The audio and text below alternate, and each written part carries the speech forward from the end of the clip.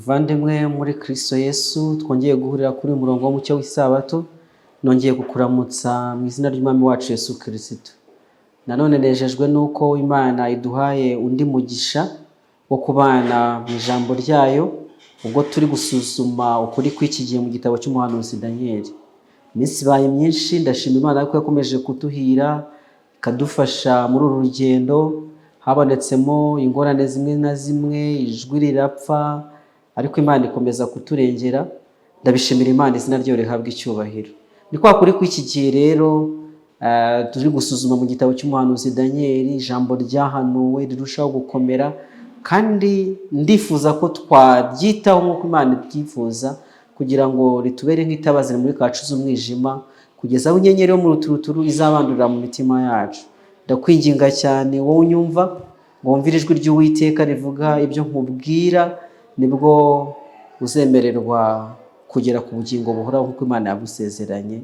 Izina ry'Uwiteka rihabwa icyubahiro. Ejo twari turi kumwe, turi mu gitabo cya Danieli igice cya 9, twiganye amagambo akomeye yerekeranye n'itorero ry'Imana. Igihe umuntu ubwaragu w'Imana Danieli yari gusenga asaba Imana kugira ngo irengere itorero ryayo. Itorero yatekereza ko ryasubiye inyuma, ryagiye kure y'Imana, afata umwanya arasenga. Nuko twasomye amagambo ari muri Danieli igice cya 9, dutangazwa n'ukuntu yisanishije n'ubwoko bwe. Wa mugabo ukundwa cyane turaza kubibona mu mirongo ikurikiraho, umugabo Imana igirira icyizere ikamuhishurira iby'ahazaza, ariko yihwanya n'ubwoko bwe, asaba Imana cyane kugira ngo ibababarire.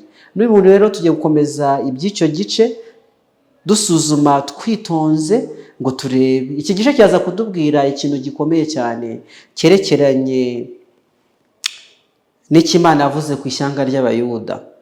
Turabona intambara ziri mu isi, intambara cyane cyane ndavuga iri muri Palestine na Isirayeli, ihanganishije Palestine na Isirayeli.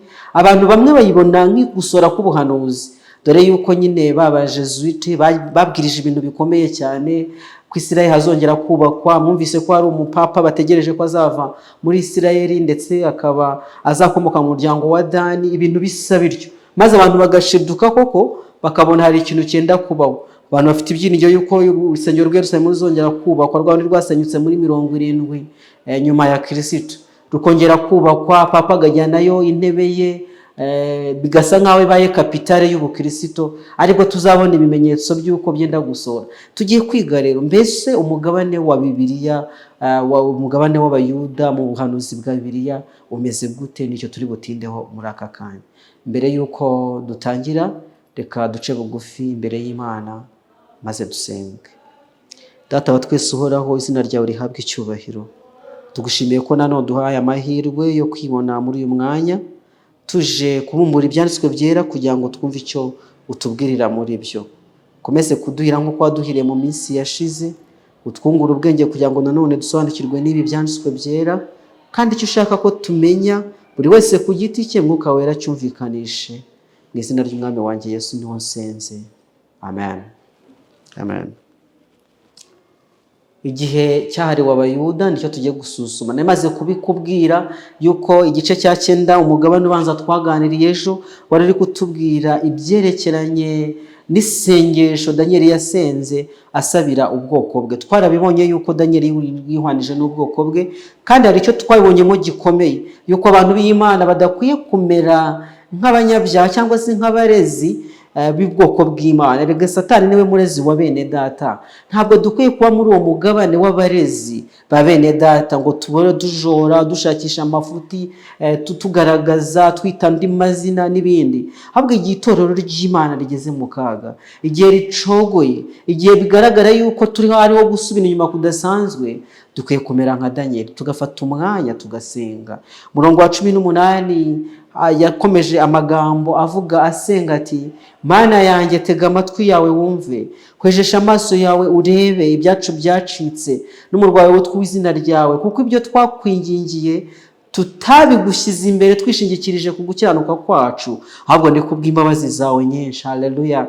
Mva Nyagasani, babarira. Nyagasani, twumvire. Nyagasani, ugira icyo ukora ntutinde, Mana yanjye, kugira ngo izina ryawe ryubahwe, kuko umurwa wawe n'abantu bawe byitwa iby'izina ryawe. Aya magambo aratwereka ikintu gikomeye, uburyo ki Daniel yari aciye bugufi cyane asaba Imana kugira ngo ibabarire ubwoko bwayo, kandi ntabwo yari yishingikije gukiranuka kwe nk'uko amagambo ari kutubwira, ahubwo yishingikirije kugenza gute, ku gukiranuka kw'Imana n'imbabazi zayo, asabira itorero ryasubiye inyuma. Reka rero dukomeze amagambo twari tugezeho, amagambo agiye kudusobanurira ibyo marayika yaje kumubwira n'igisubizo cy'isengesho yasengeraga.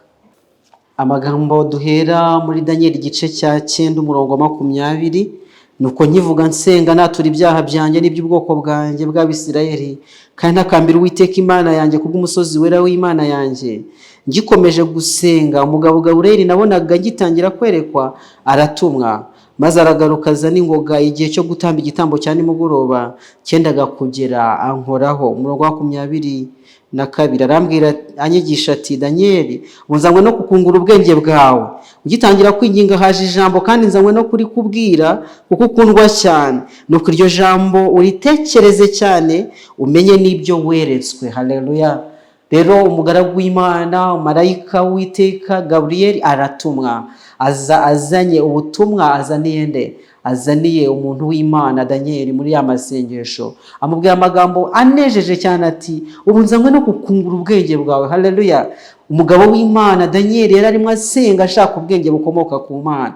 Twakomeje kubitsindagira ko dukeneye gusenga kugira ngo tubone ubwenge bukomoka ku Mana, tubashe gusobanukirwa ubuhanuzi bw'Imana, Imana iri gushaka yuko tumenya.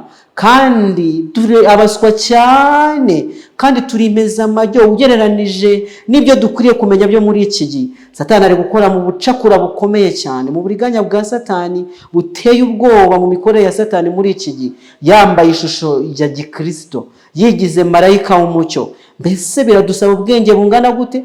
Biradusaba ubwenge bwinshi. Nshuti yanjye, uyu Gaburiyeli ni wa wundi wigeze gutumwa n'ubundi mu myaka 11 ishize, muri rya yerekwa ryo muri Daniel igice cya 8, aho yamubwiye amagambo asa nk'ayo ngayo. Yaragarutse rero kuzuza umurimo yari yatangiye.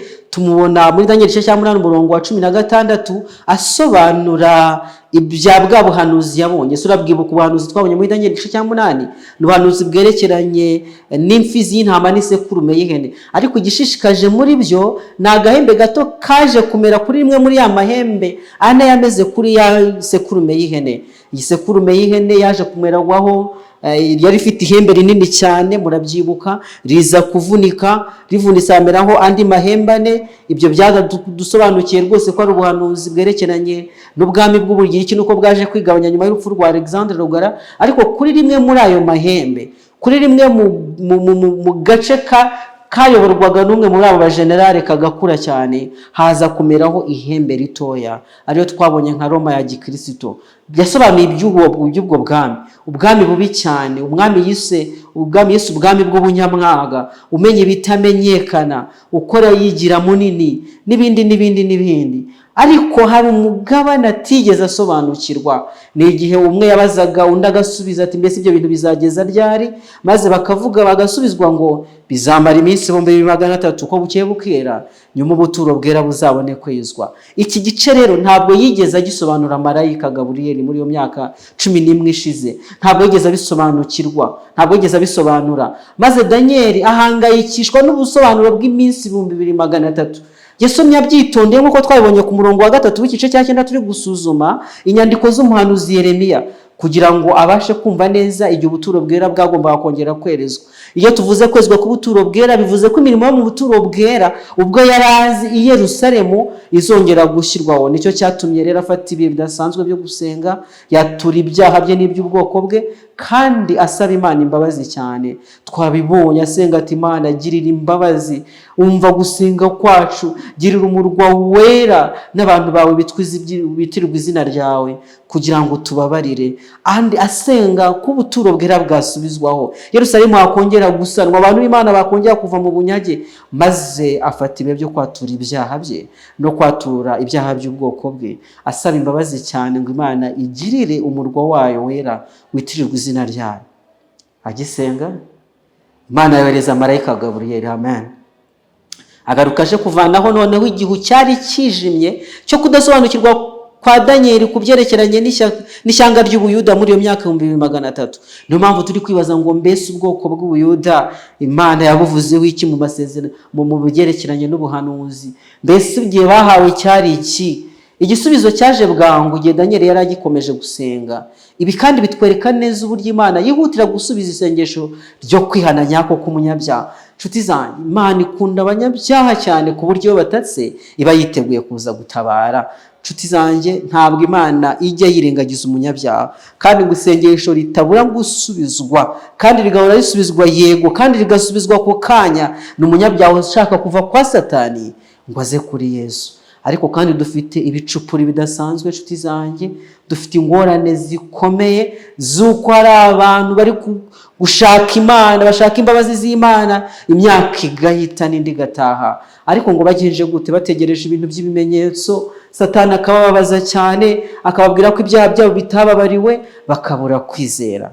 Erega nta kindi kibasha gukiza umunyabyaha keretse kwizera amaraso y'umwana w'intama watambwe yereye kuremwa kw'isi, akakira izo mbabazi twaroneye Karuvari, akavuga ngo Mana ndizeye, mbabarira ibyaha byanjye. Uko kwizera niko kubasha gukiza gusa, nta kindi cyabasha gukiza umunyabyaha, nta bindi bimenyetso bikenewe. Hari ubutumwa bwatambutse n'ubu buracyari gutambuka kuri platform imwe yitwa Umugenzi Ministries ndetse na The Last Call Messages, ubutumwa bwitwa Iriba ry'Agakiza. Ndakwinginze uzabukurikire niba ushaka kumenya uko umunyabyaha abasha gukira no kwakira imbabazi z'Imana. Ntabwo bisaba ikindi, no kwizera gusa, kandi kwizera icyo Imana avugiye mu ijambo ryayo. Imana yaravuze ngo nimwihane nanjye nzabababarira. Rero yiteguye ko hari umuntu wari we wese, kuko Imana yakunze abari mu isi cyane, byatumye itanga umwana wayo w'ikinege kugira ngo umwizera wese atarimbuka, ahubwo ahabwe ubugingo buhoraho. Isengesho rero ryitwa iryo kwihana, isengesho ryo kwatura ibyaha, ijuru ryiteguye kuryumva. Kandi ako kanya marayika amaze kubwira Gaburiyeli ngukize, marayika abwira Gaburiyeli ngo ubu nzanywe no kukungura ubwenge bwawe. Ugitangira kwinginga haje ijambo, kandi nzanywe no kukurikubwira kuko ukundwa cyane. Isengesho ryagomba guhita risubizwa. Nasomye amagambo mu kugana Yesu ku ipaje 26, ndagira ngo nyagusangize nawe. Baranditse ngo uko mubona uko ibyaha bikabya nuko mumeze, ntimugakuka umutima ngo mwihebe. Haleluya. Ntimugakuka umutima mubonye ibyaha byanyu ari byinshi bivuvunuka cyane, ijambo ry'Imana rirambuwe rikarushaho kubereka yuko muri babi cyane, mwashayishije, ahari mwayobejwe na bwa buriganya bwa Satani buri gukora mu itorero ry'i Babuloni. Ntimugakuka umutima rero igihe mubonye bimeze gutyo ngo mwihebe. Abanyabyaha nibo Kristo yazanywe no gukiza. Haleluya. Si twe twakwiyuzuza n'Imana, ahubwo ni mwumve urukundo ruhebuje. Imana yari muri Kristo yizuza n'abari mu isi. Haleluya. Magambo ari mu rwakari rw'Abakorinto igice cya 5 umurongo wa 19. Ihendahendesha imitima y'abana bayo, bayobye urukundo rwayo rukomeye. Nta mubyeyi wo muri iyi si wakwihanganira ibicumuro n'amafuti by'abana be nk'uko Imana yihanganira bishaka gukiza. Nta minwa y'abantu yarusha Imana kwingingana ikirara urukundo. Amasezerano yayo yose n'imiburo yayo bikomoka ku rukundo rutangaje. Satani naza kukubwira yuko uri umunyabyaha bitangaje, uhanga amaso umucunguzi wawe. Amen. Uvuga icyo akumariye, wemera ibyaha byawe, ariko ubwira umwanzi uti Kristo Yesu yazanywe mu isi no gukiza abanyabyaha. Haleluya. Kandi umubwire ko ubasha gukirishwa urukundo rwe rutangaje.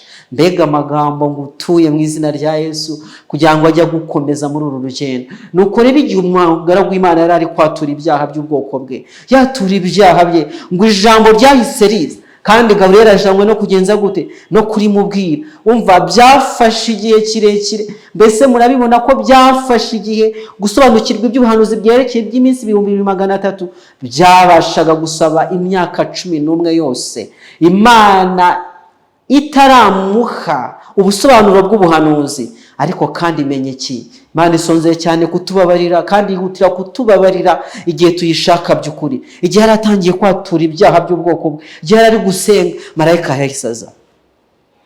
Ariko bisobanuye yuko yakomeje kugundagurana no gusobanukirwa n'ubuhanuzi. Imyaka igahita, Imana yihutira gusubiza isengesho ryo kwihana nyako ko umunyabyaha wishaka mugiye gusobanukirwa ubuhanuzi bibasha gutwara imyaka myinshi nk'iyo byatwaye Daniel kugira ngo asobanukirwe iby'ubuhanuzi bw'iminsi 300. Ariko kandi ingingo yo kwihanayo Imana yiteguye kuba ari umunyabyaha ako kanya Imana yacu yabwa icyubahiro. Ndagira ngo niba uri umunyabyaha, niba wumva icyaha cyawe mu mutima wawe, ujya imbere y'Imana upfukame usenge, watura icyaha cyawe, uririre Data wa twese, arakubabarira rwose pe. Niko ijuru ryavuze. Genda usome Yesaya 55 urahabwa amagambo y'ihumura ameze nk'ayo ngayo. Daniel igice cya 9 umurongo wa 24. Reka dukomeze twumve icyo umugaragu w'Imana Gaburiyeli abwira Daniel. Ariko reka nongere nsubiremo 23. Ugitangira kwinginga haje ijambo kandi nzanywe no kuri kubwira kuko ukundwa cyane. Nuko iryo jambo ritekereze cyane umenye n'ibyo weretswe. Bivuze ngo agomba gutekereza iby'aya magambo, ariko kandi igihe aritekereza ibyo agiye kubwirwa amenye ko bifitanye reference n'ibyo yeretswe muri cya gihe cyo muri Daniel igice cya 8. Biragaragara yuko nta rindi yerekwa ridasanzwe Daniel agomba agize muri iki gice cya kangahe cya 9, ahubwo ibyo yeretswe yabyeretswe mu gice cya 8 mu myaka 11 ishize. Nuko rero ubusobanuro Gaburiyeli aje gutanga buraza kuba bushingiye muri Daniel igice cya 8. Niyo mpamvu navuze ngo reka twe kugitindaho kuko tuzakigarukaho twitonze. Umurongo wa 24 noneho reka twinjiremo twumva icyo Imana ibwira umugaragu wayo Daniel imusobanurira ibyayerekwa ryo mu gice cya 8. Ibyumweru 70 bitegekewe ubwoko bwawe n'umurwa wera kugira ngo ibicumuro bicibwe n'ibyaha bishire no gukiranirwa gutangirwa impongano haze gukiranuka ku iteka ryose. Ibyerekanwe n'ibyahanuwe bifatanishwe ikimenyetso ahera cyane hasigwa amavuta. Noneho tugiye kumva iby'ubuhanuzi bwerekeye ibyumweru 70. Iby'ubuhanuzi bwerekeye ibyumweru 70. Ibyumweru 70 aho tucyumva ko ubuhanuzi aje gusobanura ya minsi 2300. Kandi Daniel akaba yari afite ikibazo yuko ubwoko bw'Imana bushobora kuba bwararagiriye kure ya myaka 70 Yeremiya yahanuye yuko bazamara mu bunyage maze bagataha Yerusalemu ishobora kuba yarabaye migari kubera gucumura kwabo. Akaba amaze kwatura ibyaha, none arabwirwa yuko kuri uwo mugabane w'iminsi 2300 ihwanye n'imyaka 2300 yo muri Daniel igice cya 8 hariho umugabane w'ibyumweru 70 utegekewe ubwoko bw'Abisirayeli, ubwoko bw'Abayuda Daniel yasengeraga hamwe n'umurwa wera Yerusalemu, ngo kugira ngo bigende bite, kugira ngo ibicumuro bicibwe, ibyaha bishire no gukiranirwa kutangirwa impongano haze gukiranuka ku iteka ryose. Ibyerekanwe n'ibyahanuwe bifatanishwe ikimenyetso ahera cyane hasigwa amavuta. Mbega amakuru meza kuri Daniel. Arabwira ati rero buriya ibyerekeranye n'Abayuda nuko hariho umugabane wabo kuri iriya myaka 2300, kandi umugabane wabo ni ibyumweru 70. Ibyumweru 70 bitegekewe iki? Bitegekewe Abayuda. Erega iryo jambo ko yarakwiye kuritekereza cyane akamenya n'ibyo yeretswe. Bigaragara neza yuko ibyumweru 70 ari umugabane w'iminsi 2300 yavuzwe muri Daniel igice cya 8 umurongo wa 14 ndetse n'umurongo wa 26. Ubusobanuro bushimangira iyi ngingo kandi buvuga ko ubu butumire bwa marayika bwo kuzirikana iyerekwa ryabanje ari ibirenguriza ku iyerekwa ry'uko bukeye bukira twamaze kuvuga muri Daniel igice cya 8. Kandi uhereye ku byo twabonye mbere, iyi minsi 2300 ni minsi ihwanye n'imyaka 2300 kuko ni minsi ya gihanuzi. Burya ibi byumweru 70 nabyo biraza kuba bigizwe n'iminsi 490. Bisobanuye iki se? Ku mugabane w'iminsi 2300 hariho umugabane mutoya w'iminsi 490 igenewe iki? Ishengewe ishyanga ry'Abisirayeli. Kandi ubwo iminsi 490 irabihwanye n'imyaka 490 nyine. Iri hamwe twakomeje kurisubiramo, ugenda usome mu kubara igice cya 14 umurongo wa 34, usome ndetse no muri Ezekiel igice cya 4 umurongo wa 6, hazatwereka ko umunsi umwe wa gihanuzi ujya usobanura umwaka umwe usanzwe. Ibyumweru 70 se ubwo bigizwe n'iminsi ingahe? Fata 70 kube 7 nyine, kuko icyumweru kimwe kigizwe n'iminsi 7. Basanga ari iminsi 490 bihwanye n'imyaka 490. Tumaze kubona amagambo akomeye muri uno murongo wa 24. Hatubwiye ngo ibyumweru 70 bitegekeye ubwoko bwawe n'umurwa wera kugira ngo ibicumuro bigenze gute?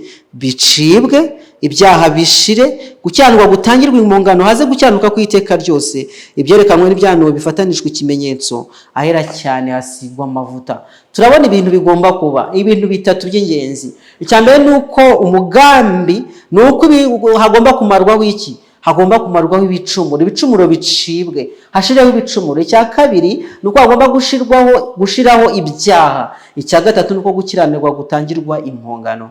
Ibicumuro, ibyaha, gukiranirwa byenda kuba ikintu kimwe, n'ubundi ni imbuto z'icyaha nyirizina, ariko ibyo bintu byose bigomba kugenza gute? Bigomba kuvaho. Ese kumarwaho ibyaha ni uko hagomba kuza gukiranuka kw'iteka ryose. Gushiraho kw'ibyaha ni uko ibyerekanwe n'ibyahanuwe bigomba kugenza gute? Gufatanishwa ikimenyetso. Gukiranirwa kugatangirwa impongano kubera yuko ahera cyane hamaze gusigwa amavuta. Murumva ko mu ngingo eshatu z'itsinda rya mbere, ibyo kumarwaho ibicumuro, gushiraho kw'ibyaha, gukiranirwa kwatangiwe impongano, nk'uko ndi kubekwereka kuri no mbonerahamwe, Imana igendereye gukemura ikibazo cy'icyaha mu buryo bwuzuye. Ibicumuro, ibyaha, gukiranirwa, ibyo byose Imana irashaka gukemura icyo kibazo binyuze mu gitambo cy'ibyaha, aricyo kivu no kuzuka rwa Yesu Kristo, bigomba kubaho muri iki gihe cy'ibyumweru 70. Narakubwiye ngo igitabo cya Danieli nicyo gitabo kigenda kigahuza isezerano rishya n'isezerano rya kera.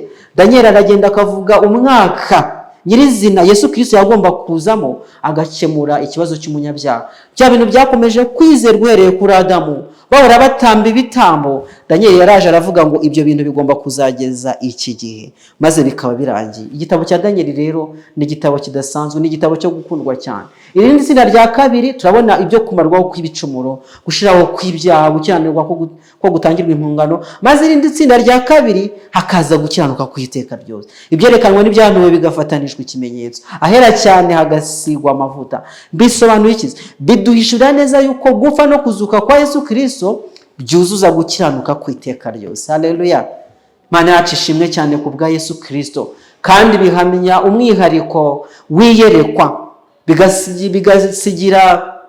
bigasigira ubuturo bwera bwo mu ijuru, kugira ngo butangire gukorerwamo umugabane uheruka w'umurimo Kristo akorera umunyabyaha ngo aronke agakiza. Iyi ni inkuru nziza, kandi aya magambo akwiye kunezeza abantu b'Imana cyane, yuko Kristo yaturokoye urupfu rw'iteka ryose binyuze ku musaraba w'i Karuvari. Ubwo nibwo buhanuzi budasanzwe tubona muri Danieli igice cya 9. Imana yacu ishimwe. Murongo wa 25 urakomeza utubwira ibyo ari byo. No kubimenye ubyitegereze, yuko igihe bazategekera kubaka Yerusalemu bayisana kugeza kuri Mesiya y'umutware hazabamwo ibyumweru 7, maze habemo ibindi byumweru 62 bahubake, basubizeho imiharuro n'imavu, ndetse bizakorwa mu bihe biruhije. Tumaze kubona yuko hari ibyumweru 70 bitegekewe iki? Bitegekewe ubwoko bw'Imana. None rero Gaburiyeli arahishurira ingingo ikomeye cyane yari yarihishe Danieli kuva yahabwa yerekwa ryo mu gice cya 8 yerekeye intangiriro y'ibyumweru 70. Arabwiwe ngo gutangira kw'ibyumweru 70, intangiriro yabyo ni nayo ntangiriro y'iminsi ibihumbi bingahe? 300 yo muri Danieli igice cya 8 murongo wa 14. Ni itegeko rizatangaza gusana umurwa ukundwa na Danieli cyane, ari we Yerusalemu, ryagombaga kuba ikimenyetso cyo gutangira kubara iki gihe cya gihanuzi. Reka nsubiremo aya magambo ushobora kuba utabumvise neza. 25 ni uko cyane ubyitegereze, yuko uhereye igihe bazategekera kubaka Yerusalemu bayisana kugeza kuri Mesiya y'umutware hazabamo ibyumweru 7. Urumva yuko intangiriro nyirizina yo kubara iby'ubu buhanuzi ni igihe hazatangwa hazatangwa itegeko ryo gusana umurwa ukundwa, wa wundi Danieli yasengeraga asabira cyane kugira ngo Imana ibubake, ari wo wa Yerusalemu. Iyi ari inkuru nziza kuri Danieli ko Imana itibagiwe isezerano yasezeranye ryerekeye imyaka 70 y'ubunyage. Imana yacu ishimwe, kuko ubutumwa rero bwaje kuri Danieli mu mwaka wa mbere umwami Dariyo ari ku ngoma. Ubwo ni muri 539, yagombaga gutegereza indi myaka byibuze 2 kugira ngo imyaka 70 ibe yuzuye neza, ukurikije igihe baviriye hehe? Baviriye i Yerusalemu. Yasohoye byuzuye mu mwaka wa mbere Kuro w'Ubutweresi ari ku ngoma muri 537 imbere ya Kristo. Icyo gihe nibwo imyaka 70 yagenje gute? Yari yuzuye. Kandi icyo gihe Kuro ari ku ngoma yatanze itegeko rya mbere. hano hantu ndagira ngo uhiteho cyane, kubera yuko muri 537 ntabwo aribwo dutangira kubara ibyerekeranye n'iki, ibyerekeranye n'iy'umweru 70, ariko kandi itegeko rya mbere ryo gusana Yerusalemu ryatanzwe na Kuro muri 537, imyaka 70 yahanuwe n'umuhanuzi Yeremiya igenje gute irangiye. Ariko ndagira ngo nguye ko habayeho amategeko 3 yatanzwe atuyobora ku kumenya icyo gihe nyacyo, ndetse abantu bamwe rimwe na rimwe bajya babyibeshyaho ntibabisobanukirwe. Ariko itegeko rya mbere tubona ko ryatanzwe na Kuro nyine nkuko maze kubivuga muri 537. Iyo nkuru ugenda uyisome muri Ezira igice cya mbere uhereye ku murongo wa 1 kugeza uwa 4 harabigusobanurira, kandi no mu gice cya 6 umurongo wa 3 kugeza wa 5 yongeye kubisubiramo umwanditsi w'igitabo cya Ezira. Iryo ryari itegeko rya mbere ritanzwe ryo gusana Yerusalemu. Itegeko rya kabiri ryaje gutangwa n'umwami Dariyo wa kabiri, ntabwo ari Dariyo wa wundi twabonye muri Daniel igice cya 6, n'undi waje kwima hanyuma ahagana muri 519 mbere ya Kristo. Nabyo uzabisoma muri Ezira igice cya 6 umurongo wa 7 kugeza wa 12. Itegeko rya gatatu noneho ryatanzwe na Aritazerusi muri 457. Ikibazo gihita kivuka rero, mbese turakurikiza iriye tegeko kugira ngo tumenye igihe nyacyo ya myaka 190 cyangwa se ibyumweru 70 byategekewe ubwoko bw'Abayuda yagombaga kugera, twagombaga guheraho tubara. Iri tegeko rya gatatu, itegeko ritanzwe n'umwami Aritazerusi muri 457, iryo ni ryo tegeko ryatangazaga intangiriro nyayo y'imyaka 490 ubwoko bw'Abayuda bwahawe, ari nayo mugabane w'imyaka 2300 twabwiye muri Daniel igice cya 8 umurongo wa 14. Ushaka kumbaza ngo nukubera iki? Nukubera ko irari ryo ryatego ryahesheje ishyanga ry'Ubuyuda kuva mu burata rishyiraho ubuyobozi bwite bwa leta yabo. Amategeko abiri abanza yaragendereye kubaka gusa byajeje muri 457 imbere ya Kristo rero, maze kuvanwa mu bunyage bigerwaho neza ku ngoma y'umwami Aritazerusi muri 457. Iyo nkuru yanditse neza cyane muri Ezira igice cya 7. Mana yacu ishimwe isoza amasezerano yayo, kandi ni kubw'urukundo rwayo ruhebuje cyane. Soma muri Ezira igice cya 6 umurongo wa 14 ngo nuko abakuru b'Abayuda barubaka babibashishwa no guhanura kwa Hagayi umuhanuzi na Zekariya mwene Ido, barayubaka iruzura nk'uko itegeko ry'Imana ya Isirayeli ryari riri, kandi no kubw'itegeko rya Kuro, itegeko rya Dariyo, itegeko rya Aritazerusi umwami w'Ubuperesi. Urumva yuko uno mugabo witwa Ezira yagerageje guhuza ayo mategeko angahe? Amategeko uko ari 3. Hari itegeko rya Kuro, itegeko rya Dariyo n'itegeko rya Aritazerusi umwami w'Ubuperesi. Ibyo nibyo byatanze amabwiriza yo kugenza gute, yo kubaka ndetse no gusubizaho gahunda zo gutaha kw'Abayuda bavuye mu bunyagi. Dusoma igihamya kiboneka mu ntambara ikomeye ku ipaje ya 288 amagambo avuga ngo itegeko ryo gusana Yerusalemu ariyo tegeko ryabaye intangiriro y'igihe cy'iminsi 300 ryashyizwe mu bikorwa mu muhindo w'umwaka wa 457 mbere ya Kristo, aho kuba mu itangiriro ry'uwo mwaka nk'uko bamwe bari barabyizeye mbere. Mu muhindo w'umwaka wa 457 ku itegeko ry'umwami Aritazerusi imyaka 70 yatangiye kubarwa, imyaka 490 ibyumweru 70, kandi imyaka 2300 nayo yatangiye kubarwa. Murongo wa 25 ko sicyo utubwira gusa yuko ari ikimenyetso, ntabwo ari by'ikimenyetso iduha gusa yuko igihe tuzabona bashyizeho itegeko aribwo tuzatangira kubara, ahubwo hari ibindi watubwiye. Reka nongere ngusubiremo, nuko bimenye ubyitegereze yuko uhereye igihe bazategekera kubaka Yerusalemu bayisana kugeza kuri Mesiya y'umutware hazabaho ibyumweru 70, maze habeho ibindi byumweru 62 bahubake basubizeho imiharuro n'impavu, ndetse bizakorwa mu bihe biruhije.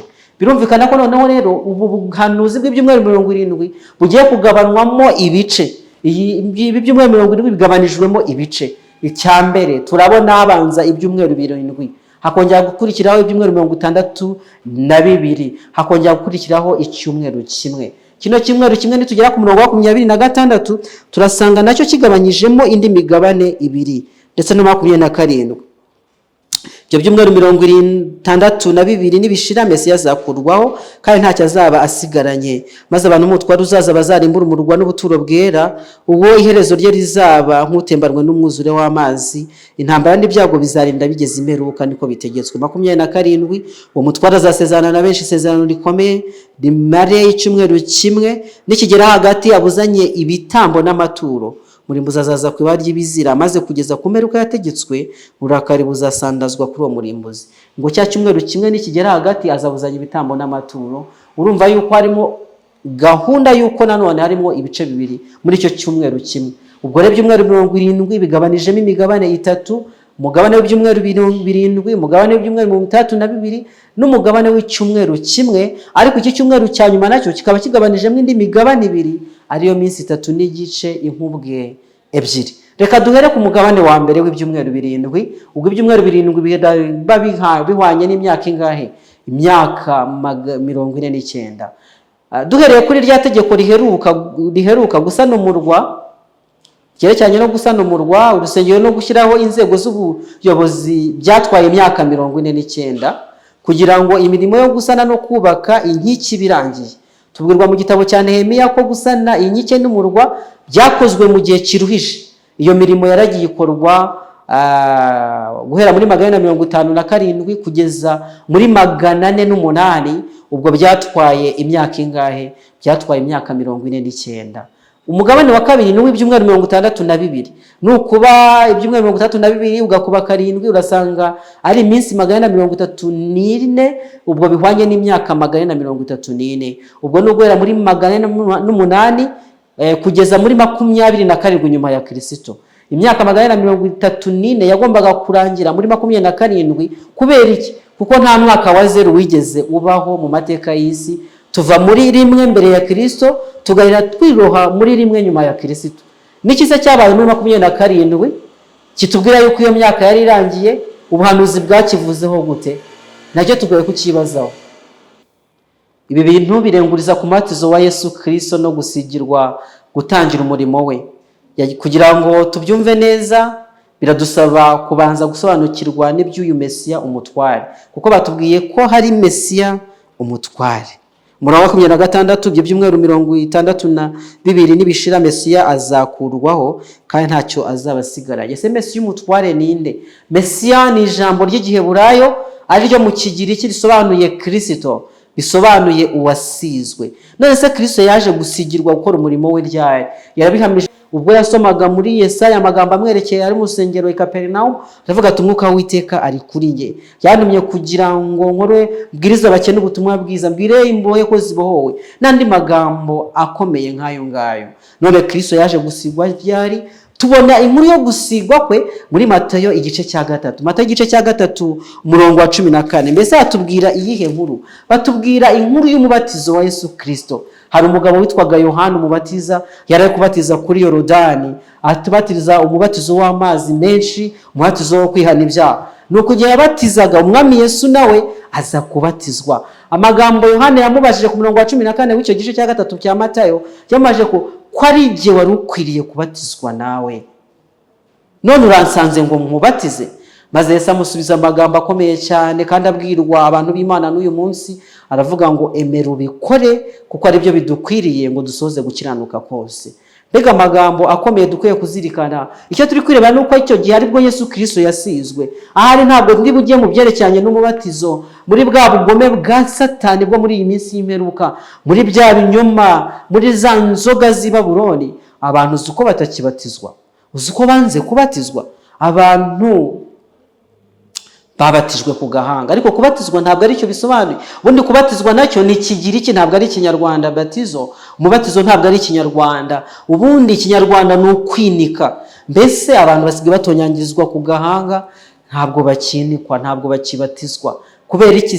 Ni umunyamugome wabikoze, wa mwana wo kurimbuka twasomye mu rwa 2 rw'Abatesalonike igice cya 2. Kagahembe gato kagerageje gutsemba w'iby'Imana, kagakora ibyo kugomera isumba byose, ibyo kuri kakabijugunya hasi, nkuko twabonye muri Daniel igice cya 8. Kandi ibyo ngo byagombaga gukorwa rwose muri icyo gihe cyose. Maze Daniel yumva babaza ikibazo ngo ibyo bintu bizageza ryari, ngo ubuturo bwera buzasenyuka, ibintu byose bigasira ibangwa. Turaje tubirebe ukuntu byagenze, tuzabireba neza umunsi w'ejo.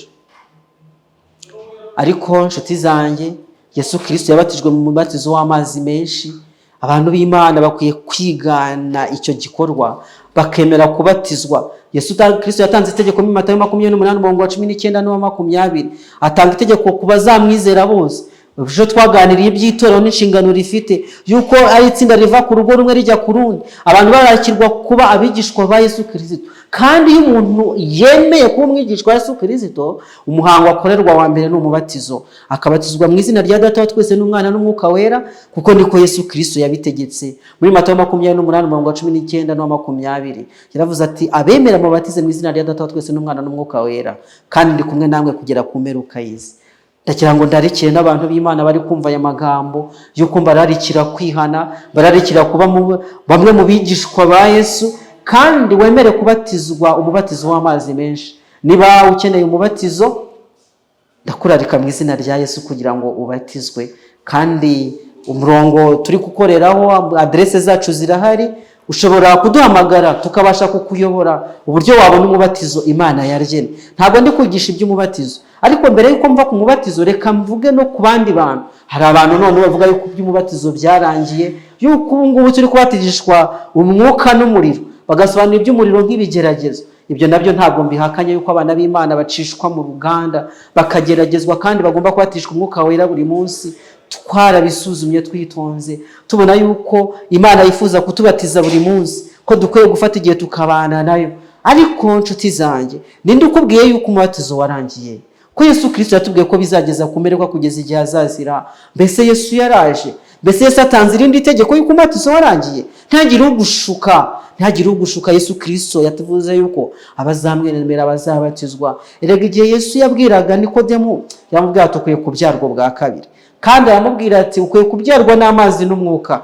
Nibyo koko amazi ntabwo abasha kuvanaho n'ico ry'umubiri, niko Petero yanditse mu rwandiko rwe. Ariko kandi nubwo atabasha kuvanaho n'ico ry'umubiri, ni ikimenyetso kidasanzwe Imana yashyizeho kugira ngo kibere abantu, cyamiriza abatuye isi yuko uyu muntu avanywe mu buretwa bwa Satani, yemeye gupfa ku cyaha no kuzukira ubugingo buhoraho.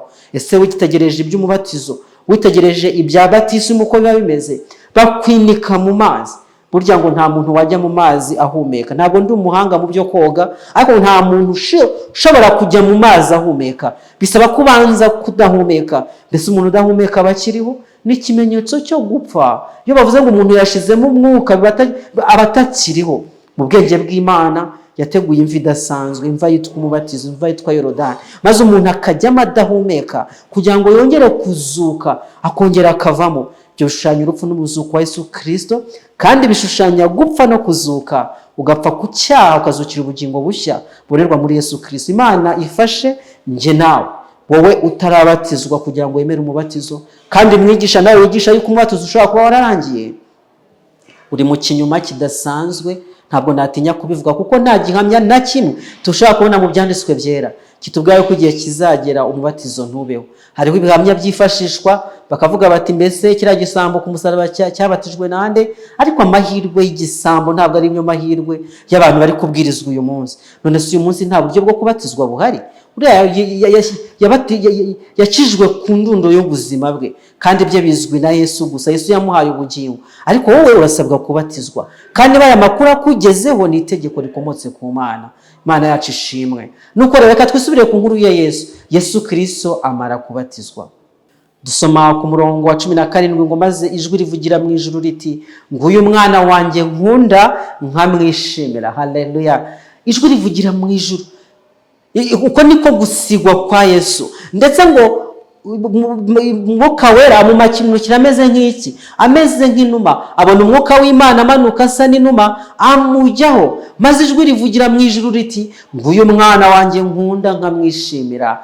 Uko rero niko gusigwa kwa Yesu, asigirwa gutangira umurimo. Amaze gusigwa yerekeje iyo mu butayu, ngo yarajyanywe n'umwuka mu butayu. Yaragiye kugira gute? Yaragiye gusenga. Twabanje kuganira iby'isengesho, n'ejo twarabiganiriye nabigusubiriyemo. Isengesho ni ikintu gikomeye cyane. Yaragiye gusenga, amara iminsi 40 n'amajoro 40 asenga Imana ye. Ayo magambo yuko Yesu Kristo yasizwe yasubiwemo mu Byakozwe n'Intumwa igice cya 10 umurongo wa 38. Ni amagambo nibwira Petero yavugiye mu rugo rwa Koruneliyo, aravuga ati izina tubabwira ni irya Yesu w'i Nazareti, uko Imana yamusutseho umwuka wera n'imbaraga, akagenda agirira abantu neza, agakiza abo Satani atwaza igitugu, kuko Imana yari iri kumwe nawe. Nguko uko byagenze. Kandi Yohana igice cya 41 abanza kubona mwene se Simoni, amubwira ati twabonye Mesiya. Inkuru y'uyu mugabo, inkuru y'ababonye Yesu, yaravuga ati twabonye Mesiya. Mesiya risobanurwa ngo Kristo. Uko nguko niko Kristo yagenje gute? Yabonetse, kandi niko gusigwa kwe. Kandi Mesiya yarategerejwe n'ab'icyo gihe. Tubwirwa iby'inkuru y'umusamariyakazi wahuriye na Yesu ku iriba, maze umugore abwira Yesu ati nzi yuko Mesiya azaza ari we witwa Kristo, kandi ubwo azaza azatubwira byose. Maze Yesu aramubwira ati uwo ni we muvugana. Haleluya. Ese Yesu Kristo yasizwe ryari? Tumaze kubona ko yasizwe mu gihe yabatizwaga. Ese yabatijwe ryari? Inkuru yo muri Luka irabitubwira neza. Umwanditsi Luka atubwira igihe nyirizina, umwaka byabereye. Reka dusome muri Luka igice cya 3 umurongo wa 1 kugeza wa 3, twumve igihe byabereye. Luka igice cya 3 umurongo wa 1 kugeza wa 3. Ni mu mwaka wa 15 wo ku ngoma ya Kaisari Tiberiyo, ubwo Pontiyo Pilato yari umutegeka w'i Yudaya, na Herode ari umwami w'i Galilaya, na Filipo mwene se ari umwami wa Ituraya n'uw'igihugu cy'Tirokoniti, na Lusaniya ari umwami wa Abilene, Anna na Kayafa ari abatambyi bakuru. Nibwo ijambo ry'Imana ryageze kuri Yohana mwene Zekariya ari mu butayu, ajya mu gihugu cyose giteganye na Yorodani, abwiriza abantu iby'umubatizo wo kwihana ngo bababarirwe ibyaha. Muri uwo mwaka wa 15 ku ngoma ya Kaisari Tiberiyo, Pontiyo Pilato ari umutegeka muri Yudeya, umutegeka wa Roma muri Yudeya. Icyo gihe nibwo umwami Yesu yabatijwe. Muri 21 batubwira ngo nuko abantu bose babatijwe na Yesu. Amaze kubatizwa, agisenga ijuru rirakinguka, mwuka wera aramumanukira afite ishusho y'umubiri usa n'inuma. Ijwi rivugira mu ijuru riti ni wowe mwana wanjye nkunda nkakwishimira. Nguko uko byagenze muri uwo mwaka wa 15 wo ku ngoma yande, wo ku ngoma ya Kaisari Tiberiyo, ubwo Pontiyo Pilato yari umutegeka w'i Yudeya na Herode ari umwami w'i Galilaya. Luka rero adushura neza igihe nyacyo Yohana Umubatiza yabatirije, kandi muri abo benshi babatijwe na Yesu tumaze kubona ko ari umwe muri bo. Ku byerekeye amatariki y'ubwami bwariho rero, amateka tubwira ko umwaka wa 15 w'ingoma ya Pontiyo Pilato wa Tiberiyo, icyo gihe ari muri 27 nyuma ya Kristo. Igihe nyacyo neza Gaburiyeli yavuze Mesiya, umutware wasizwe, yasigiwe gukora umurimo wamuzanye mu gihe cy'imyaka 3 n'igice ya mbere y'icyumweru cya nyuma cya 70. Yesu yarivugiye ati igihe kirasohoye, ubwami bw'Imana buri hafi, nuko mwihane mwemere ubutumwa bwiza. Igihe cyari gisohoye rero.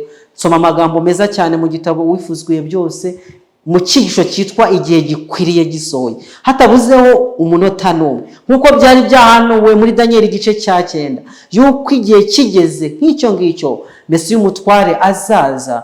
Niko byagenze koko. Imana yacu ishimwe yuko ijambo yavuze itajya yibeshyaho n'umunota n'umwe, ahubwo bisohora nk'uko byavuzwe. Uko gusohora kw'igihe nta gushidikanya ko ari ugusohora k'ubuhanuzi bumwerekeye bwo muri Daniel igice cya 9. Ubwo arihamya ati umwuka w'Iteka ari muri jye, nicyo cyatumye ansigira uwasizwe kugira ngo abwirize ubutumwa bwiza. Yantumye kumenyesha imbohe ko zibohorwa, n'impumyi ko zihumuka, no kubohora ibisenzegeri, nk'uko amagambo nanindi kuvuga ari muri Luka igice cya 4 umurongo wa 18 kugeza wa 19. Nguko gusigwa icyo bivuze, nguko kuba kwitwa Mesiya icyo bisobanuye, cyangwa se Kristo uko bisobanuye, byasohoye neza muri 27. Ndagira ngo witegereze iyi pica, iyi mbonera hamwe itwereka iby'ibyumweru 70. Tumaze kubona ko ibyumweru 70 byatangiye muri 457 imbere ya Kristo, kandi ibi byumweru byatangiranye no gutegeko ryo gusana Yerusalemu ryatanzwe n'umwami Artazerusi. turabona yuko haciyemo imyaka 183 yose kugira ngo tugere kuri Mesiya umutware. Mesiya umutware yaje muri 27 bihanishwa n'umubatizo, maze ijuru riramuhamya ko asigiye gukora umurimo w'umwami, kandi isi yose itangarizwa ko dukwiye kumwumvira ari we mwana w'Imana ikunda cyane. Igice cya mbere cy'imyaka 7 y'icyumweru cya nyuma yagikozemo umurimo imyaka 3 n'igice, abwiriza ubutumwa bwiza, abohorera ibisenzegeri, abwira abantu yuko babohowe ibyaha byabo, amenyesha imbohe ko zibohowe, impumyi ko zihumutse, no kubohora ibisenzegeri. Yabikoze mu myaka 3 n'igice ya mbere, guhera muri 24 kugeza muri 31 nyuma ya Kristo nyine. Nuko bigeze muri 31 hagati rwose mu cyumweru cya 70 abuzanya ibitambo n'amaturo, yitamba ku musaraba i Karuvari. Icyumweru cya 70 cyarangiye ryari? Ariho mu herezo ry'imyaka 190, ubwo abantu bari banze Yesu Kristo, ubwo imyaka yabo y'imbabazi yari irangiye. Nigiye bateraga Stefano amabuye muri 34. Nubirabara neza guhera muri 31 kugeza muri 34 Stefano amaze guterwa amabuye, ubwo ngubwo imyaka 70 yari irangiye neza. Murongo watubwiye 26 ngo ibyo byumweru 62 nibishira Mesiya azakurwaho kandi ntacyo azabasigaranye, maze abantu umutware uzaza bazarimbure umurwa n'ubuturo bwera. Uherezo rye rizaba nk'utembanwe n'umwuzure w'amazi, intambara n'ibyago bizarinda bigeza imperuka. Uko niko bigenje gute? Niko bitegetswe, niko ijambo ryatubwiye. Mu gihe runaka nyuma y'ibyumweru 32 Mesiya yakuweho, bivuze ko yishwe kandi ntacyo yasigaranye, kuko n'abigishwa be tubona banamuhana muri icyo gihe. Abigishwa bagize ubwoba bwinshi cyane nk'uko tubisoma mu bifuzwe byose. Amakuru baravuga ngo abigishwa bagize ubwoba bwinshi cyane ubwo babonaga umwami wabo yemera gufatwa no guhambirwa amaboko. Baguye mu kantu babonye yemeye ko bakozwe isoni, ndetse nawe agakorwa n'isoni. Ntabwo basobanukiwe n'iyo myitwarire ye, maze baramugaya kuko yemeye kwishyira mu maboko y'abaje kumufata. Bafite ubwoba n'igihunga, Petero yahisemo ko bahunga. Bose bemeye igitekerezo cya Petero, nuko abigishwa bose baramuhana barahunga, ngo kuko Yesu nta na kimwe yasigaranye muri icyo gihe. Kandi yabivuze neza cyane, ahamya ibyari byarahanuwe muri Matayo 23:56. Aravuga ngo ibi byose bibereyeho kugira ngo ibyanditswe n'abahanuzi bigenze gute? Byanditswe n'abahanuzi bisohore. Nyuma y'ibyo abantu b'umutware uzaza, niko ijambo ritubwiye, abantu b'umutware uzaza bazarimbura umurwa n'ubuturo bwera. Mbese abantu b'umutware uzaza ni bande? Niko byagenze, baraje barimbura umurwa n'ubuturo bwera. Ibyo byabaye mu mwaka wa 70 nyuma ya Kristo. Maze ya nyamaswa ya kane yo muri Daniel 7 yari iteye ubwoba cyane bitavugwa, ifite imikaka y'ibyuma n'inzara z'imiringa, ari yaconshomeraga ibintu ikabimenagura, ibisigaye kabisiribangisha amajanja yayo. Niko batubwiye, yateye umurwa wera irawurimbura mu buryo butangaje kandi mu buryo budasubirwaho. Ayo makuru uzagenda uyasome mu gitabo cyitwa Intambara Ikomeye, igice cya mbere kitubwiye byo kurimbuka kwa Yerusalemu. Byari biteye ubwoba cyane, ariko ijuru ryari ryarabihanuye muri Daniel igice cya 9 umurongo wa 26 yuko abantu umutware uzaza bazagenza gute? Bazaza bakarimbura wa murwa wera n'ubuturo bwera Daniel yakundaga, kandi barawutsensuye rwose pe. Gaburiyeli rero yavuze bizakurikira hanyuma ati intambara n'ibyago bizarinda bigeze imperuka. Nguko guhera icyo gihe turabibona uko bimeze kugeza n'uyu munsi. Daniel igice cya 9:27 tugera ku musozo, uwo mutware azasezerana na benshi isezerano rikomeye rimara icyumweru kimwe, nikigera hagati azabuzanya ibitambo n'amaturo. Murimbuzi azaza ku ibaba ry'ibizira, maze kugeza ku mperuka yategetswe uburakari buzasandazwa kuri uwo murimbuzi. Yesu yasezeranye kandi yahamije isezerano na benshi mu Bayuda mu gihe cy'umurimo we wamaze imyaka 3 n'igice. Hanyuma arabambwa kandi arazuka. Uko niko yabuzanije iki? Ibitambo n'amaturo. Twagati muri icyo cyumweru cya nyuma, ariyo myaka 7, Mesiya umucunguzi wacu yasohoje isezerano ryatangarijwe bwa mbere mu murima wa Edeni, ubwo Imana yabwiraga inzoka iti nzashyira urwango hagati yawe n'uyu mugore no hagati y'urubyaro rwawe n'urwe, ruzagukomeretsa umutwe nawe uzarukomeretsa agatsinsino. Iryo niryo sezerano rya mbere ry'ibyiringiro ryahawe isi, ko yokamwe n'umuvumo w'icyaha ariko hari ibyiringiro. uko ibihe byagiye bisimburana, iri sezerano ryakomeje gusubirwamo binyuze mu ijwi ry'abahanuzi harimo ba Henoki, ba Nowa, ba Aburahamu, ba Mose, ba Yesaya, ba Eliya n'abandi, kugeza ubwo Yesu ubwe yaritangaje bwa mbere muri Edeni. Yaziye maze ararisohoza bigeze hagati mu cyumweru cya nyuma cy'ibyumweru 70, aho ni muri 31 nyuma ya Kristo. Icyo nyumweru kigeze hagati yabuzanije ibitambo n'amaturo. Yesu yitanzeho igitambo gihebuje, kandi mu gukora gutyo yavanyeho ibitambo n'amaturo, ahongerera ibyaha byatangiriye muri Edeni icyaha kimaze kwaduka, kwakirwa n'inyoko muntu. Umwenda ukingiriza hera cyane wahise mutabukamo kabiri. Ayo ni amakuru tuzi ku rupfu rwa Yesu. Utangira hejuru ugeza hasi nta kuboko kugaragara kubikoze. Ikimenyetso cy'uko noneho twemerewe kwegera Imana bidaciye mu murimo w'ubuhuza w'abatambyi bo ku isi, ahubwo tubikesha amaraso y'igitambo kizima ya Yesu Kristo. Nguko uko yabuzanije ibitambo n'amaturo. Dusoma amagambo meza cyane ahamye iby'iyi nkuru mu Baheburayo igice cya 10:8 kugeza 10. Haravuga ngo, amaze kuvuga ibyo ngo ibitambo n'amaturo n'ibitambo byokeje n'ibitambo by'ibyaha ntiwabishatse kandi ntiwabishimye, abyo bitambwa nk'uko amategeko yategetswe, ahera ko aravuga ati dore nzanywe no gukora ibyo ushaka. Akuriraho ibya mbere gukomeza ibya kabiri, kuko gushaka kw'Imana niko kwatumye twezwa, tubeshejwe n'uko umubiri wa Yesu watambwe rimwe gusa ngo bebe hagije iteka ryose. Ejo bundi twabonye yuko hari abantu bahora bamutamba buri munsi binyuze mu gitambo cya misa, ariko ijambo ry'Imana tuvuga ko yatambwe kangahe? Rimwe gusa ngo bibe hagije iteka ryose. Maze bya bindi byahoraga bikorwa buri munsi biba birarangiye. Igitabo cy'abahanuzi n'abami, cya gitabo nakunze cyane nongera kugukundisha, ku ipaji ya 358 hatubwiye amakuru yuko byagenze. Baravuga ngo mu itumba ryo mu mwaka wa 31 nyuma ya Kristo we gitambo nyakuri yatambwe Karuvari. Haleluya! Icyo gihe umwenda wakingirizaga hera cyane wo mu rusengero watabutsemo kabiri. Ibyo byagaragazaga ko kwera ndetse n'ubusobanuro bw'imihango y'ubutambyi byari bivuyeho. Igihe cyari kigeze ngo ibitambo byo ku isi bihagarare, kandi ayo ni amakuru meza cyane.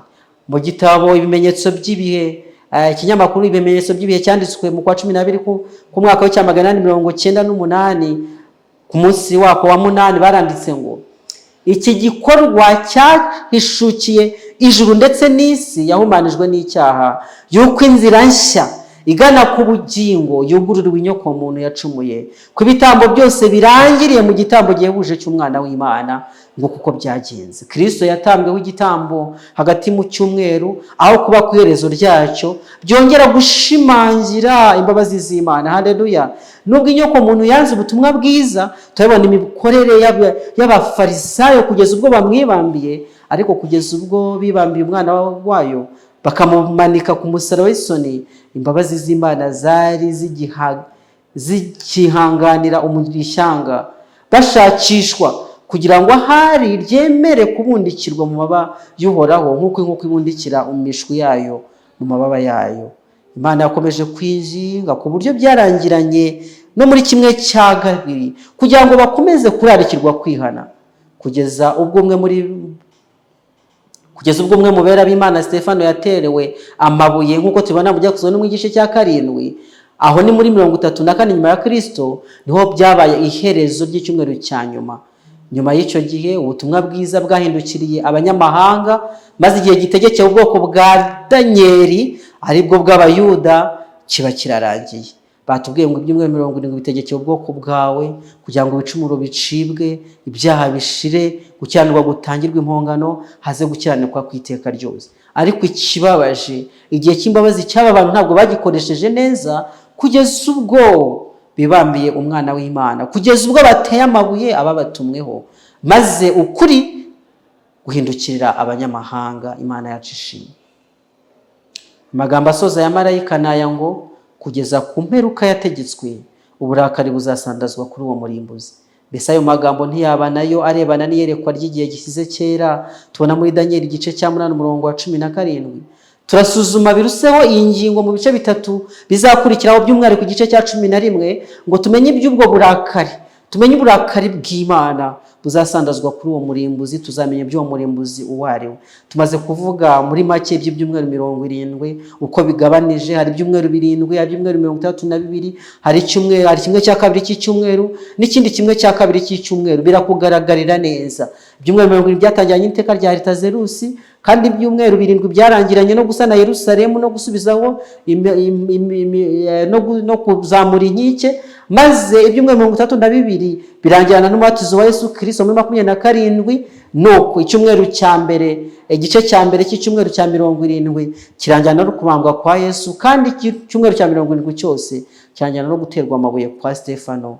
Iyo ni imyaka 490 yahawe ubwoko bwa Bayuda. Noneho rero dusubire muri Daniel igice cya 8, tuhita tubona ya myaka 2300 yuko twabonye ibyakorerwaga mu buturo bwera bwa mbere, ubuturo bwera bwo kwisi muri 457 imbere ya Kristo kugera muri 31 nyuma ya Kristo, ubwo Kristo yabuzanyaga iki? Ibitambo byatambirwaga mu buturo bwera bwo kwisi. Bigeze muri 31 Yesu aritanga, maze umwenda ukingiza ahera cyane wo mu buturo bwera bwo kwisi ugenza gute? Utabukamo kabiri, maze umurimo w'ahera n'ahera cyane byaberaga mu buturo bwera bwo kwisi ugenza gute? Yewe urarangira, ubushyizweho iherezo. Dutangira rero undi mugabane guhera muri 31 nyuma ya Kristo kugeza igihe tutazi Kristo azagarukira. Icyo gihe noneho hariho umurimo wo mu buturo bwera bwo mu ijuru, hari ryo sezerano rishya. Uno murimo wo mu buturo bwera bwo mu ijuru nawo ugomba kugabanywa imigabane 2 nk'iyari mu murimo w'ubuturo bwera bwo ku isi. Umurimo w'ubuturo bwera bwo ku isi hari umurimo wakorerwaga ahera mu gihe cy'umwaka wose, hakaba n'umurimo wakorerwaga ahera cyane mu gihe cy'umunsi umwe mu mwaka ku itariki 10 z'ukwezi kwa 7, ari wo munsi w'impongano cyangwa se umunsi wo kwezwa ku buturo bwera. Rero ubuhanuzi bwatubwiye muri Daniel igice cya 14 yuko ubuturo bwera buzezwa ryari? Nyuma y'imyaka 2300, uhereye igihe batangiye itegeko ryo gusana Yerusalemu. Mbese imyaka 2300 yagombaga kurangira ryari? Turabona rero yuko guhera muri 31 nyuma ya Kristo kugera mu cya 844 Yesu Kristo yarari ahera akora umurimo ahera. Ariko bigeze mu cya 844 ubuturo bwera bwagombaga kwezwa. Uwo rero no munsi w'impongano, umunsi w'urubanza, Yesu Kristo yagombaga gukorera umurimo ahera cyane. Ubu Yesu Kristo ari gukora umurimo ahera cyane, inshuti z'Imana. Ibyo ni ibintu ahari tuzongera tukaganiraho ejo, kuko nanone birakomeye, ntabwo twabisimbuka bino bintu. Ese ni cyari gukorera ahera cyane? Ni igihe cyari igihe cy'urubanza. Ejo tuzaganira iby'urubanza rw'Imana. Inshuti zanjye, ndakurarika mu izina rya Yesu. Tumaze kwiga amagambo akomeye atwereka iby'igihe cyahawe Abayuda. Ubu ngubu itorero ry'Imana ntabwo rigishingiye kuri etandi ngo dusanga abantu ahantu runaka. Ntabwo itorero ry'Imana rishingiye ku gihugu nk'u Rwanda cyangwa Isirayeli. Ntabwo itorero ry'Imana rigishingiye ku bwoko runaka bafite isura runaka, ahubwo itorero ry'Imana rishingiye ku bantu bamatanye na Kristo bakizera igitambo cye. Rishingiye ku bakiriye Yohana 3:16 avuga ngo kuko Imana yakunze abari mu isi cyane bose, ntabwo ari Abisirayeli gusa, ntabwo ari Abayuda, ntabwo ari Abanyarwanda, ntabwo ari ubwoko runaka, ntabwo ari abazungu, nta nubwo ari abirabura, ahubwo bose, kuko Imana yakunze abari mu isi cyane byatumye itanga umwana wayo w'ikinege kugira ngo umwizera wese atarimbuka ahubwo ahabwe ubugingo buhoraho. Haleluya! Abo bizeye umwana w'Imana rero, abo ngabo ni bagize itorero ry'Imana, bari hose mu isi, haba mu Bayuda, haba mu Banyarwanda n'abandi. Ibyo byatangiranye n'igihe umurimo wo mu buturo bwera bwo ku isi wari warahawe Abayuda wari urangiye, maze umuntu wese akaba yemerewe kwigirira ku Mana ku giti cye binyuze muri Yesu Kristo. Ibyashu igice cya 22 niryo somo nshaka kugutura muri aka kanya, murongo wa 14. Uwo Yesu watambwe bamuvuzaho amagambo akomeye cyane ngo hahirwa abamesera ibishura byabo mu maraso y'umwana w'intama, kugira ngo bemererwe kwegera cya giti cy'ubugingo kandi banyure mu marembo binjire muri rwa rurembo. Ndakurarika mu izina rya Yesu ngo wemere kumesera umwenda wawe mu maraso y'umwana w'intama. Yarayamennye i Karuvari muri 31. Ndagira ngo nkubwire yuko wowe yayamenne ari wowe yamenewe, kandi arashaka yuko ayakuhagiza kugira ngo ube wera rwose. Mbese warabasha kuririmba nk'umuririmbyi indirimbo 119 mu gitabo cy'Abadiventiste, aravuga ati nduze umuvu w'amaraso ndayogamo nere, haleluya, arankiza rwose kandi aranyeza. Imana ikwejesha ayo maraso kugira ngo tuzabashe kwinjira mu rurembo, kuko abazegera cya giti cy'ubugingo n'abameseye ibishura byabo muri ayo maraso, uze kugira ngo twezwe nayo. Nicyo nkwifuriza mu izina ry'Umwami wanjye Yesu Kristo, amen. Reka dusenge kugira ngo dutandukane. Data wa twese uri mu ijuru, uhabwe icyubahiro. Nanone ngushimiye ijambo ryawe ribumbuwe, ijambo ritwereka ibintu bidasanzwe, ritwereka yuko rya shyanga ry'Abayuda ryari ryarahawe igihe ryo kubwiriza ubutumwa bwiza, ariko igihe kigeze barabwanga, ndetse igihano cyabagezeho kiratangaje cyane kuko ubwoko bwabo bwarasenyutse. Wa murwa bakundaga urasenyuka muri 70, ishyano ryarabaye cyane. Ndasengera umuntu umaze kumva aya magambo kugira ngo uzamutere umwete, yiga iby'uko kurimbuka kwa Yerusalemu, dore ko Yesu yabihuje no kurimbuka dutegereje igihe muri iki gihe giheruka, kurimbuka ku isi ishaje. Uzaturinde kurimbuka nk'uko Abayuda banze Yesu barimbutse, ahubwo uzaduhe kugera mu bwami bwawe. Utubwiye yuko Kristo yatwitangiye Karuvari, kandi urashaka kutwejesha ayo maraso, uduhe kuyakira. Tumaze kwiga ibintu bikomeye byerekeranye no gusohora kw'ibihe, ariko hari tuzabyumva neza kurutaho ejo.